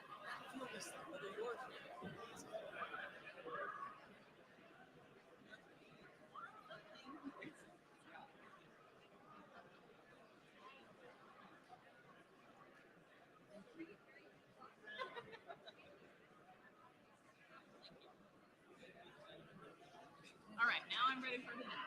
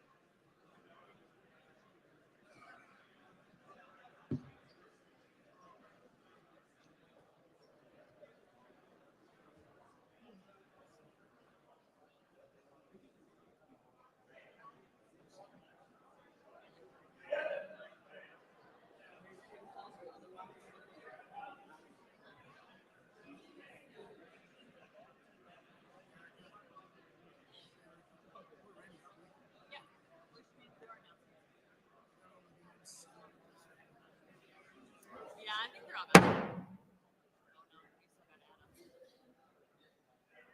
Yeah, you straggler senators, get out of here. House will be in order. The House will now advance without objection to the 15th order of business announcements. The House is at the 15th order of business. Are there announcements? Good gentleman from 12. Thank you, Mr. Speaker. Just for a couple announcements. Gentleman has the floor. Thank you, Mr. Speaker. Two announcements. The first one is at 9 a.m. to 11 a.m. tomorrow in Senate Room 423. ALEC is here. So they would like to meet all of you. If you're interested, they're having a breakfast over there in the Senate Room 423 from 9 to 11. Also, the majority will caucus tomorrow at 3:30. 3:30 tomorrow up in the caucus room. Thank you, Mr. Speaker. Thank you, gentlemen. Are there further announcements? Madam Clerk. House Appropriations Committee will meet Tuesday, January 7th, 8 a.m., room C310, Horman, Chairman. House Education Committee will not meet Tuesday, January 7th, Pickett, Chairman. House Health and Welfare Committee will not meet Tuesday, January 7th, Vanderwoude, Chairman. House Revenue and Taxation Committee will meet Tuesday, January 7th, 9 a.m., East Wing, room 42, Cannon, Chairman. Are there further announcements? Gentleman from 13. Thank you, Mr. Speaker. Another committee that will be working tomorrow's House State Affairs will meet at 9 a.m. Thank you, good gentlemen. Are there other announcements? Hearing none, House without advance 16th order of business adjournment. The House at the 16th order of business. Good gentleman, 22. Thank you, Mr. Speaker. I move that the House adjourn until Tuesday, January 7th, 2025. Mr. Speaker, in the spirit of learning fast, I second the motion. Before we have that motion, I need a time, good gentlemen. Mr. Speaker, let's shoot for 11 a.m. That would be good. Would you like to second that motion, good gentleman from 15? I second the motion, Mr. Speaker. Thank you. You've heard the motion. All those in favor say aye. All those opposed say nay. The motion passes. The House will be adjourned until the hour of 11 a.m. January 7th, 2025. This